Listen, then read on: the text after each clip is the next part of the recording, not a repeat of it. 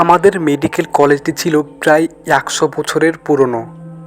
চারিদিকে পুরনো বটগাছ আর শ্যাওলা ধরা দেওয়াল দিনের বেলায়ও কেমন যেন একটা গা ছমছমে পরিবেশ তৈরি করত।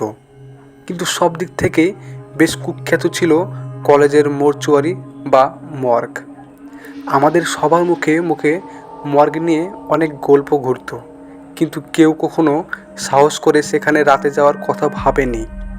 আমি তখন ফাইনাল ইয়ারে ছাত্র, আমাদের পরীক্ষা এগিয়ে আসছিল, তাই রাত জেগে পড়াশোনা করাটা নিত্যদিনের রুটিন হয়ে গিয়েছিল। সেই রাতে আমি আর আমার ল্যাবরেটরিতে বসে পড়েছিলাম। ঘড়িতে রাত 2টা। হঠাৎ এক অচেনা শব্দে আমার ধ্যান ভাঙল। শব্দটা আসছিল মর্গ থেকে। আমি প্রথমে ভাবছিলাম ইঁদুর বা অন্য কোনো প্রাণী হতে পারে, কিন্তু যখন শব্দটা বাড়তে থাকলো তখন কৌতূহল সামলাতে পারলাম না। টর্চটা হাতে নিয়ে আমি ধীরে ধীরে মর্গের দিকে এগিয়ে গেলাম। মর্গের ভারী লোহার গেটটা সামান্য ফাঁক ছিল। ভেতরে ঢুকেই এক ঠান্ডা স্রোত আমার মেরুদণ্ড বয়ে নেমে গেল। এখানকার বাতাসটা যেন অন্যরকম। টর্চের আলোয় দেখলাম মর্গটা অন্ধকার, নিস্তব্ধ। হঠাৎ দেখলাম মর্গের একটি পুরনো স্ট্রেচার ধীরে ধীরে নড়ছে। আমার বুক কেঁপে উঠল।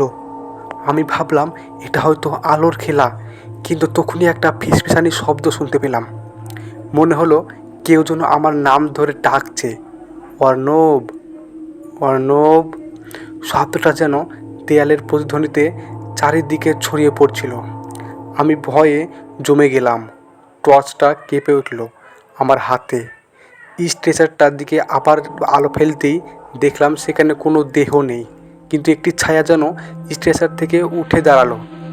সেটির আকৃতি ছিল মানুষের মতোই, কিন্তু খুব অস্পষ্ট। ছায়াটি ধীরে ধীরে আমার দিকে এগিয়ে আসতে থাকলো।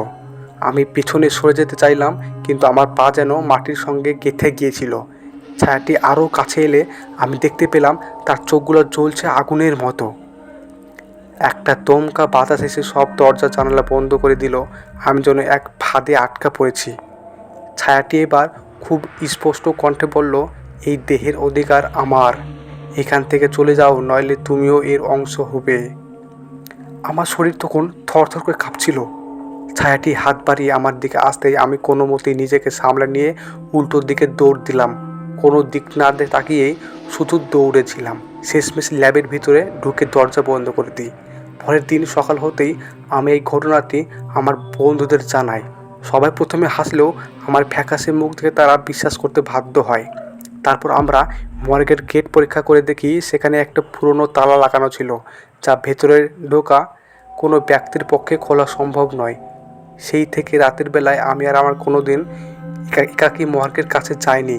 সেই অভিজ্ঞতায় আমাকে শিখিয়েছে কিছু রহস্য আছে যা সমাধান করার চেষ্টা কারো উচিত নয়। তো বন্ধুরা, কেমন লাগলো আজকের গল্পটি? যদি ভালো লেগে থাকে তাহলে অবশ্যই চ্যানেলটি সাবস্ক্রাইব করবে এবং একটা লাইক দেবে। ধন্যবাদ।